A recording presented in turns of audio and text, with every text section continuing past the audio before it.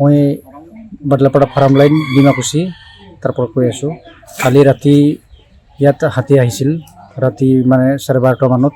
পিছত দুটা ঘৰ ভাঙিলে আৰু এটা মানুহ মাৰি গ'লে।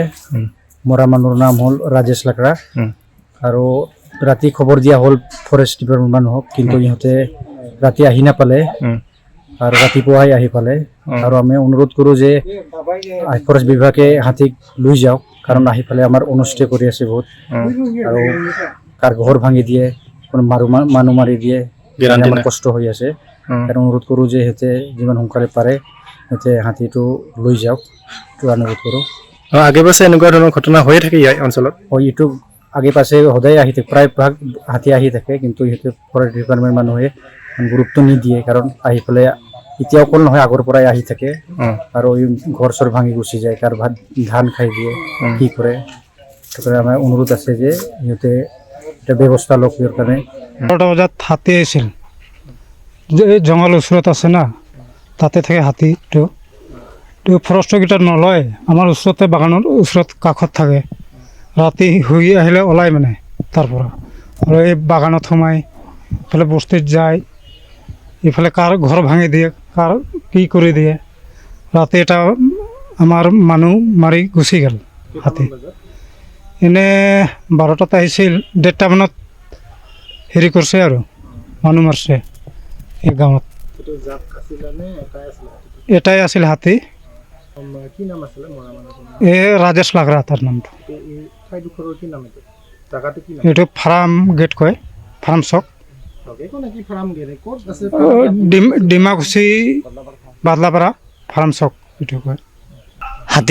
হাতীয়ে বাংলো হৈ আহিলে, অহাৰ পিছত ছাৰে ফোন কৰিলে যে আপোনাৰ লাইনত সোমাই আছে বুলি। আমি গম পালোঁ, লাইনে লাইনে চবক খবৰ দিলোঁ।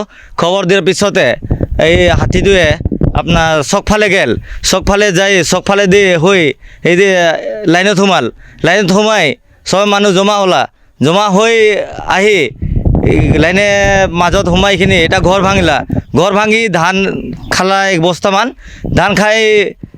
পিছত সেইফালে এফালে হোৱাটো পাৰা নাই, চবফালে মানুহ ফালে চাই মাজত থাকি আছে। থকাৰ পিছতে সেই যেতিয়া নেকি ৰাস্তাত ওলাই একেবাৰে গপচকৈ ওলাই এইখিনি মানুহ চাই ইফালেও যোৱা নাই, মানে নিজৰ দমত থাকি আছে। থাকি পিছত আমি খেদিলোঁ হাতীটো, চবে গাঁৱৰ মানুহ মিলি খেদাৰ পিছত অলপ মেইন ৰোড পাই কিনি অলপ দূৰত যাইখিনি সি মানুহ আৰু নিজে ঘূৰি আহি খেদাৰ পিছত চবে নিজে পলাব লগা হ'ল। ৰাস্তা জানাই সৰু, পিছত সেইজনৰ মানুহ পিছপিনে থাকি আছিল, তাকে খুন্দিয়াই উল্টাই মাৰি দিলা। মানুহজনৰ নাম ৰাজেশ লাকৰা। এইটো বন বিভাগে অলপ চিন্তা কৰিব লাগিব। হাতীটো ইয়াতে একদিনীয়াকৈ থাকি আছে, সেইটো বন বিভাগত লৈ যাব লাগিব।